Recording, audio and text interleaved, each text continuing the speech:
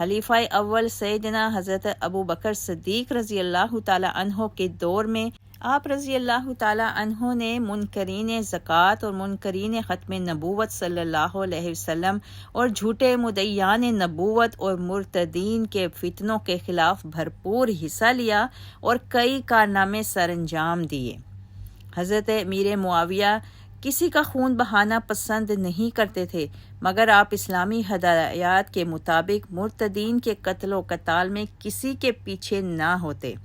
ایک روایت کے مطابق مسلمہ کذاب امیر معاویہ رضی اللہ تعالی عنہ کے وار سے جہنم رسید ہوا۔ جناب ابو بکر صدیق رضی اللہ تعالی عنہ کے بعد زمانہ گردش کرتا ہوا یہاں تک پہنچا کہ سیدنا عمر رضی اللہ تعالی عنہ خلافت پر براجمان ہوئے۔ یہ ہر علاقہ میں جہاں تک مملکت اسلامیہ تھی بہترین آدمیوں سے تعاون لیتے تھے اور سربراہوں کا انتخاب مکمل باریک بینی اور دور اندیشی سے کرتے تھے۔ تو شام کی ولایت پر فاروق اعظم رضی اللہ تعالی عنہ نے سیدنا معاویہ رضی اللہ تعالی عنہ کو مقرر کیا۔ بعد میں خلیفہ ثالث سیدنا عثمان غنی رضی اللہ تعالی عنہ نے بھی انہیں امیر شام پر برقرار رکھا۔ سیدنا امیر معاویہ رضی اللہ تعالی عنہ کی عظمت کے لیے یہی کافی ہے کہ سیدنا عمر رضی اللہ تعالی عنہ انہیں امیر مقرر کرتے ہیں، پھر سیدنا عثمان رضی اللہ تعالی عنہ بھی برقرار رکھتے ہیں۔ ایک صوفہ تھا جس پر یہ امیر بیٹھتے تھے، جو علاقہ سرحد پر تھا، انہیں اس پر ضبط رکھا اور بہترین انتظام کیا۔ لوگوں کو اپنی سخاوت اور حلم و سماحت سے خوش رکھا۔ اگرچہ دیگر صحابہ اکرام رضی اللہ تعالی عنہم ان سے افضل تھے، بہتر اور صالح تھے، لیکن یہ پھر بھی سیادت کرتے ہیں اور عالم اسلام کو عقل کمال، بے پناہ حلم و بردباری اور کشادہ دلی، قوت و دانائی اور رائے کی پختگی سے چلاتے ہیں۔ ان کے ایسے ایسے تاریخ ساز کارنامے ہیں، اللہ ہی اس کا بدلہ انہیں دیں گے۔ اپنی رعایا کے محبوب رہنما تھے، شام پر 20 برس امیر رہے اور 20 برس پورے عالم اسلام کے خلیفہ رہے۔ ان کی دولت و سلطنت کی کوئی توہین نہیں کر سکا، بلکہ قومیں ان کے سامنے سر نگوں ہوتی ہیں۔ عرب و عجم پر حکمرانی کرتے ہیں۔ ان کی بادشاہت مکہ و مدینہ، مصر، شام، عراق، خراسان، فارس، جزیرہ یمن اور یورپ وغیرہ تک پھیلی ہوئی تھی اور اتنا وسیع رقبہ تھا، مگر کوئی سازش نہیں بلکہ امن و امان اور سکون برقرار رکھا۔ نبی کریم صلی اللہ علیہ وسلم نے اپنی احادیث میں 2 اسلامی لشکروں کے بارے میں مغفرت اور جنت کی بشارت و خوشخبری فرمائی۔ ان میں سے ایک وہ لشکر جو سب سے پہلے اسلامی بحری جنگ لڑے گا اور دوسرا وہ لشکر جو کیسر کے شہر میں جنگ کرے گا۔ پہلی بشارت سیدنا حضرت عثمان غنی رضی اللہ تعالی عنہ کے دور خلافت میں پوری ہوئی، جب حضرت امیر معاویہ رضی اللہ تعالی عنہ نے سب سے پہلے بحری لڑائی لڑتے ہوئے قبرص کو فتح کر کے رومیوں کو زبردست شکست دی تھی، اور دوسری بشارت سیدنا حضرت امیر معاویہ کے دور حکومت میں اس وقت پوری ہوئی جب لشکر اسلام نے کیسر کے شہر قسطنطنیہ پر حملہ کیا۔ اس جنگ میں حصہ لینے کے لیے شوق شہادت اور جذبہ جہاد سے سرشار صحابہ اکرام رضوان اللہ تعالی علیہم اجمعین و تابعین دنیا کے گوشے سے دمشق پہنچے۔ ان میں حضرت عبداللہ بن عباس، حضرت عبداللہ بن عمر، حضرت عبداللہ بن زبیر، سیدنا حسین بن علی اور میزبان رسول صلی اللہ علیہ وسلم سیدنا حضرت ابو ایوب انصاری رضوان اللہ تعالی علیہم اجمعین اور دیگر مدینہ منورہ سے تشریف لا کر اس لشکر میں شریک ہوئے، جس کے بارے میں حضور صلی اللہ علیہ وسلم نے جنت کی بشارت و خوشخبری فرمائی تھی۔ ان فتوحات کا سہرا جناب امیر معاویہ رضی اللہ تعالی عنہ کے سر پر جاتا ہے۔ امیر معاویہ رضی اللہ تعالی عنہ ان علاقوں کی فتوحات کے بعد یہ چاہتے تھے کہ اسلام کو ایک آفاقی اور عالمگیر مذہب کی حیثیت سے سمندر پار یورپ میں داخل ہونا چاہیے۔ آپ رضی اللہ تعالی عنہ کے دور حکومت میں ہر سال فتوحات کا دائرہ وسیع ہوتا گیا۔ 42 ہجری میں کابل فتح ہوا اور مسلمان ہندوستان میں کدابیل کے مقام تک پہنچ گئے اور 56 ہجری میں مارکہ سمرقند پیش آیا۔ سیدنا معاویہ بن ابی سفیان رضی اللہ تعالیٰ عنہ نے رومیوں کے خلاف 16 جنگیں لڑیں، حتیٰ کہ آخری وصیت بھی یہی تھی کہ روم کا گلا گھونٹ دو۔ خلاصہ یہ کہ سیدنا امیر معاویہ رضی اللہ تعالیٰ عنہ ایک عظیم جرنیل، سپہ سالار اور میدان حرب کے نڈر شہسوار تھے۔ یہی وجہ ہے کہ سیدنا امیر معاویہ رضی اللہ تعالیٰ عنہ کا دور حکومت فتوحات اور غلبہ اسلام کے حوالے سے شاندار دور حکومت ہے۔ ایک طرف بحر اوقیانوس اور دوسری طرف سندھ اور افغانستان تک میں اسلام کی فتح کے جھنڈے گاڑ دیے۔ آپ رضی اللہ تعالیٰ عنہ کے دور حکومت سے پہلے خانہ کعبہ پر غلافوں کے اوپر ہی غلاف چڑھائے جاتے تھے۔ آپ نے پرانے غلافوں کو اتار کر نیا غلاف چڑھانے کا حکم دیا۔ سیدنا امیر معاویہ رضی اللہ تعالیٰ عنہ نے خلفائے راشدین کے ترقیاتی کاموں کو جاری رکھتے ہوئے مندرجہ ذیل نئے امور کی ڈاگ بیل ڈال کر اس کو فروغ دیا۔ سب سے پہلا اقامتی ہسپتال دمشق میں قائم کیا، سب سے پہلے اسلامی بحریہ قائم کی، جہاز سازی کے کارخانے بنائے اور دنیا کی زبردست رومن بحریہ کو شکست دی۔ آب پاشی اور آب نوشی کے لیے دور اسلامی میں پہلی نہر کھدوائی، ڈاک خانہ کی تنظیمیں نو کی اور ڈاک کا جدید اور مضبوط نظام قائم کیا، احکام پر مہر لگانے اور حکم کی نقل دفتر میں محفوظ رکھنے کا طریقہ ایجاد کیا،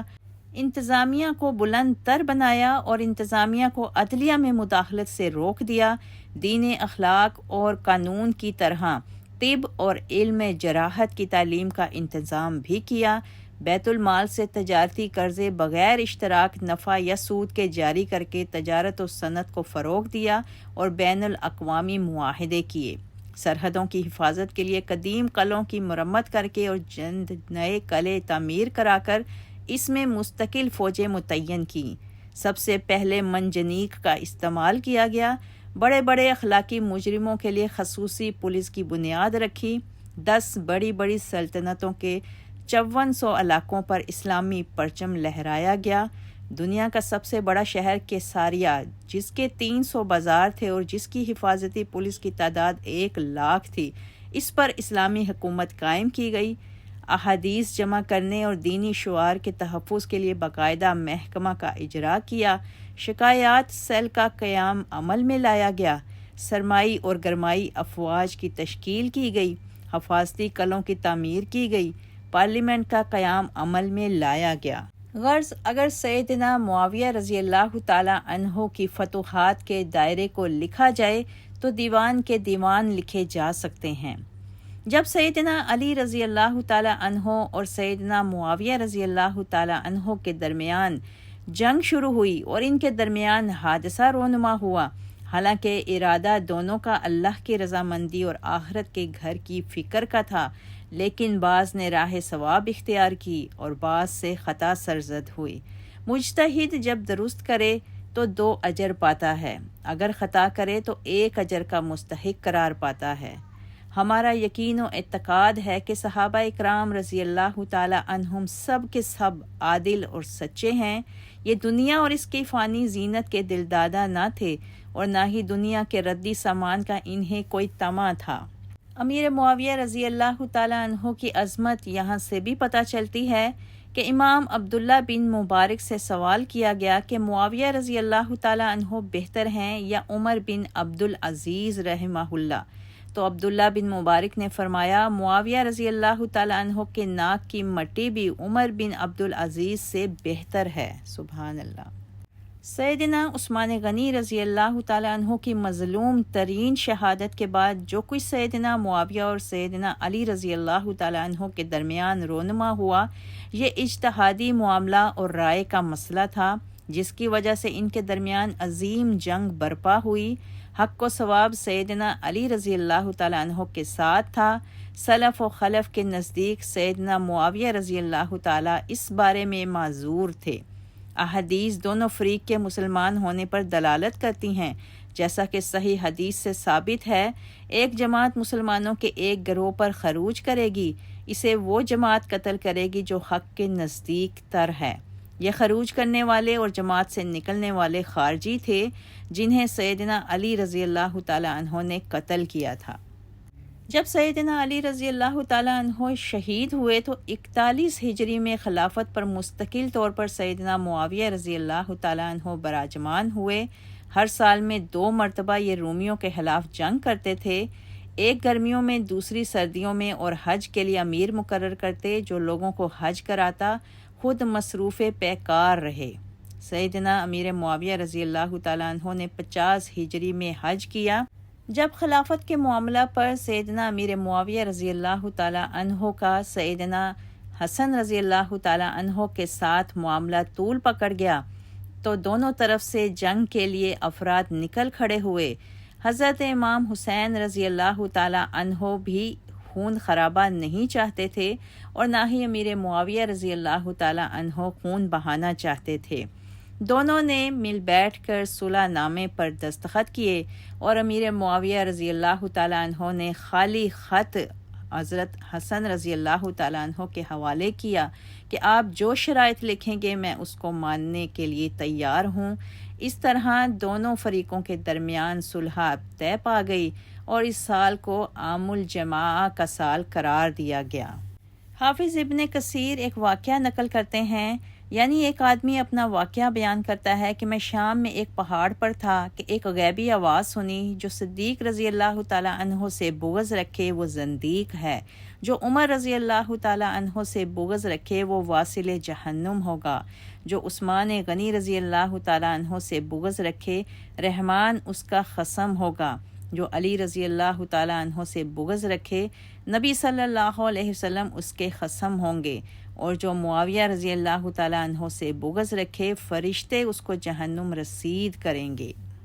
خصم عربی میں مخالف کو کہا جاتا ہے۔ سیدنا علی و حسن و امیر معاویہ رضی اللہ تعالیٰ عنہ کے درمیان معاملات کے بارے میں حافظ ذہبی رحمہ اللہ فرماتے ہیں کہ ہم معذور کو معذور سمجھتے ہیں اور اس کے لیے استغفار کرتے ہیں اور میانہ روی پسند کرتے ہیں، اور ہم تمام فریقوں کے لیے رحمت کی دعا کرتے ہیں اور ان کے موقف سے اچھا گمان کرتے ہیں، اور انشاءاللہ امید رکھتے ہیں کہ ان سب کی خطائیں بخشی جائیں گی، اور ہم وہی دعا پڑھتے ہیں جو اللہ تعالیٰ نے ہمیں قرآن پاک میں سکھائی ہے، ربنا اغفر لنا ولاخواننا الذین سبقونا بالایمان ولا تجعل فی قلوبنا غلا للذین آمنوا۔ اے ہمارے پروردگار، ہمیں بخش دے اور ہمارے ان بھائیوں کو بھی بخش دے جو ایمان کے ساتھ ہم سے پہلے گزر گئے ہیں، اور ہمارے دلوں میں ایمانداروں کے لیے کینہ نہ پیدا کرنا، آمین۔ مزید وضاحت میں کہتے ہیں، ہمارا طریقہ یہ ہے کہ ہم زبان روک لیں، صحابہ اکرام کے لیے استغفار کریں، جو ان کا آپس میں اختلاف ہے ہم اس کے پابند نہ ہوں، اور ہم اس سے اللہ کی پناہ مانگتے ہیں، اور امیر المومنین سیدنا علی رضی اللہ تعالیٰ عنہ سے محبت رکھتے ہیں۔ سیدنا امیر معاویہ رضی اللہ تعالیٰ عنہ کے لیے بھی رسول اللہ صلی اللہ علیہ وسلم کی دعائے خیر موجود ہے۔ صحابی رسول عبد الرحمن بن ابی عمیرہ رضی اللہ تعالیٰ عنہ سے روایت ہے کہ نبی کریم صلی اللہ علیہ وسلم نے سیدنا معاویہ کے بارے میں فرمایا، اے اللہ تو ان کو ہدایت دے اور ہدایت یافتہ بنا دے، اور ان کے ذریعے لوگوں کو ہدایت دے۔ مولانا مودودی رحمہ اللہ ان مقدس لوگوں کے متعلق فرماتے ہیں کہ یہ مقدس انسان جب آپس میں لڑ بھی جاتے تھے تو ان کی اس لڑائی میں بھی رحماء بینہم ہونے کی ایک انوکھی شان پائی جاتی تھی۔ بے شک وہ جنگ جمل و صفین میں ایک دوسرے کے خلاف نبرد آزما ہوئے ہیں، مگر کیا دنیا کی کسی خانہ جنگی میں آپ فریقین کو ایک دوسرے کے ساتھ لڑتے ہوئے بھی ایک دوسرے کا وہ احترام ملحوظ خاطر رکھتے دیکھتے ہیں جو ان بزرگوں کی لڑائی میں نظر آتا ہے؟ وہ نیک نیتی کے ساتھ اپنے آپ کو حق بجانب سمجھتے ہوئے لڑے تھے، نفسانی عداوتوں اور اغراض کی خاطر نہیں لڑے تھے۔ انہیں افسوس تھا کہ دوسرا فریق ان کی پوزیشن غلط سمجھ رہا ہے اور خود غلط پوزیشن اختیار کرتے ہوئے بھی اپنی غلطی محسوس نہیں کر رہا ہے۔ وہ ایک دوسرے کو فنا کر دینے پر تلے ہوئے نہیں تھے، بلکہ اپنی دانست میں دوسرے فریق کو راستی پر لانا چاہتے تھے۔ ان میں سے کسی نے کسی کے ایمان سے انکار نہیں کیا، اس کے اسلامی حقوق سے انکار نہیں کیا، بلکہ اس کی فضیلت اور اس کی خدمات سے بھی انکار نہیں کیا۔ انہوں نے ایک دوسرے کو ذلیل و رسوا کرنے کی کوشش نہیں کی۔ لڑنے میں انہوں نے لڑائی کا حق ضرور ادا کیا، مگر لڑ کر گر جانے والے کے لیے وہ سراپا رحمت و شفقت تھے، اور گرفتار ہو جانے والے پر مقدمہ چلانا اور اس کو سزا دینا یا اس کو ذلیل و خوار کرنا تو درکنار قید رکھنا اور کسی درجے میں بھی نشانہ عتاب بنانا تک انہوں نے گوارا نہیں کیا۔ آج کے ان حالات میں لوگ صرف بنو امیہ اور اہل بیت کی آپس میں اختلافات اور دشمنیاں ہی دیکھتے ہیں، حالانکہ بنو امیہ اور اہل بیت کی رشتہ داریاں بھی دیکھنے کے قابل ہیں۔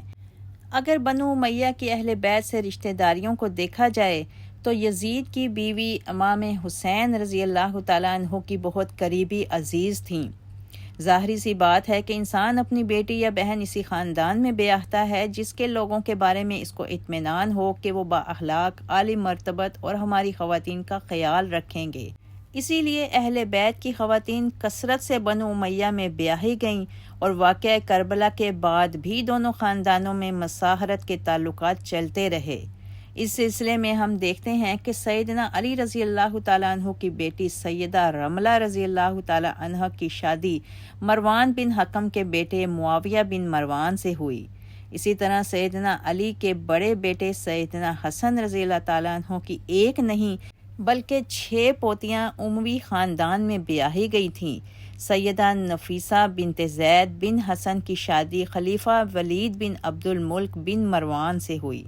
سیدنا حسین بن علی کی صاحبزادی سکینہ کا دوسرا نکاح مروان کے پوتے اسبغ بن عبد العزیز بن مروان سے ہوا، جو کہ خلیفہ عمر بن عبد العزیز کے بھائی تھے۔ ان کی دوسری بیوی یزید بن معاویہ کی بیٹی یزید تھی۔ سیدنا حسین کی دوسری صاحبزادی سیدہ فاطمہ کا نکاح ثانی اموی خاندان میں عبداللہ بن عمرو بن عثمان ذو النورین سے ہوا تھا۔ غور طلب بات یہ ہے کہ بنو ہاشم و بنو امیہ میں دیگر رشتہ داریاں بھی ہوتی رہیں، اور یہ قریباً بیشتر رشتہ داریاں واقعہ صفین و کربلا کے بعد کی ہیں۔ تو پھر آج مسلکی اور گروہی اختلافات کی وجہ سے دونوں خاندانوں کے درمیان کیوں کر عداوت کو ظاہر کیا جاتا ہے اور لوگوں کو کیوں کر گمراہ کیا جاتا ہے؟ دراصل اہل بیت سے محبت کے جھوٹے دعوے دار اپنے ان داغوں کو دھونا چاہتے ہیں جو انہوں نے کربلا کے میدان میں خود اپنی زندگیوں پر، اپنے چہروں پر لگائے۔ یہ اہل بیت کے جھوٹے دعوے دار ان دونوں خاندانوں بنو امیہ اور بنو ہاشم کی محبت اور یگانگت کو نظر انداز کر کے صرف اور صرف اختلافات کو ہوا دیتے ہیں، ورنہ اگر ان دونوں خاندانوں کی آپسی ہم آہنگی دیکھی جائے تو خود نبی کریم صلی اللہ علیہ وسلم نے بنو امیہ کی بیٹی حبیبہ رضی اللہ تعالی عنہا سے نکاح کیا، جو کہ المومنین کہلائیں، اور حبیبہ رضی اللہ تعالی عنہا خود معاویہ رضی اللہ تعالی عنہ کی حقیقی بہن تھیں۔ پھر نبی کریم صلی اللہ علیہ وسلم نے اپنی 4 میں سے 3 صاحبزادیوں سیدہ رقیہ، سیدہ زینب اور سیدہ کلثوم رضی اللہ تعالی عنہما کے نکاح بنو امیہ ہی میں کیے۔ معاویہ رضی اللہ تعالی عنہ جو کہ بنو امیہ ہی سے تھے، انہوں نے شروع میں کبھی بھی خلافت کی خواہش نہیں کی۔ شاید وہ سابقون اولون کی موجودگی میں اپنے آپ کو بہت چھوٹا محسوس کرتے تھے،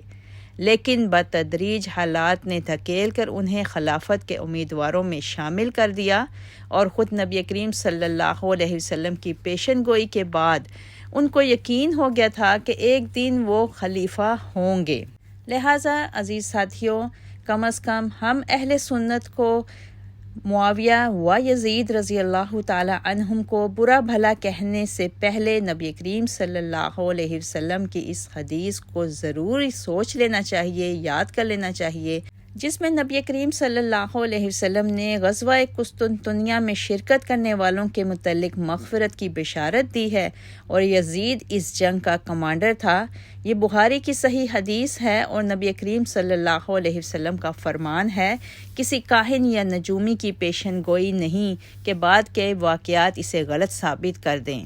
نبی کریم صلی اللہ علیہ وسلم کی حدیث ہے، اول جیشی من امتی، میری امت کا پہلا لشکر جو کیسر کے شہر قسطنطنیہ میں جہاد کرے گا وہ بخشا ہوا ہے۔ لہٰذا عزیز ساتھیوں، ہمیں اپنی زبانوں کو ان ہستیوں کے خلاف برا بھلا کہنے سے باز رکھنا چاہیے۔ رسول اللہ صلی اللہ علیہ وسلم کے تمام تر صحابہ ہر اعتبار سے عرفہ و اعلیٰ درجات پر فائز ہیں اور وہ اس امت کا بہترین طبقہ ہیں۔ اس بات سے کوئی انکار نہیں ہے کہ بعض صحابہ کو بعض پر فضیلت حاصل ہے، لیکن اس کے باوجود تمام کے تمام صحابہ قابل عزت ہیں، اور بعد میں آنے والا کوئی بھی شخص نیکی و تقوی اور علم کے کسی بھی درجہ پر فائز ہو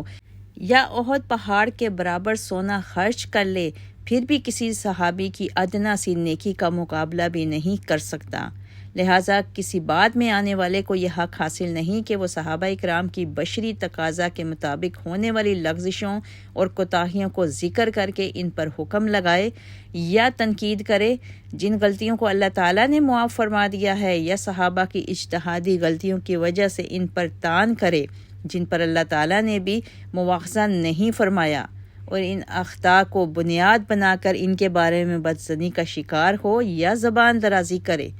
قابل غور بات یہ ہے کہ خود علی رضی اللہ تعالیٰ عنہ نے بھی اپنے ساتھ اجتہادی اختلافات کی وجہ سے جنگ کرنے والے افراد کے لیے جنت کا فیصلہ بتایا ہے۔ سبحان اللہ۔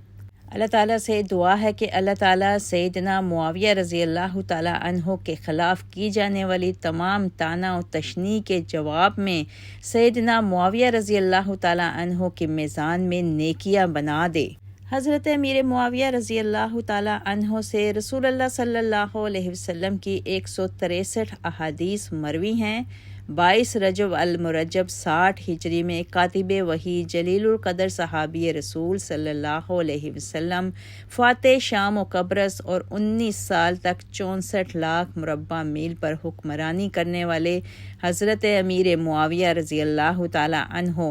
78 سال کی عمر میں وفات پا گئے۔ حضرت ضحاک بن قیس رضی اللہ تعالیٰ عنہ نے آپ کی نماز جنازہ پڑھائی اور دمشق کے باب الصغیر میں دفن کیے گئے۔ اللہ تعالیٰ آپ سے راضی ہو، رضی اللہ تعالیٰ عنہ۔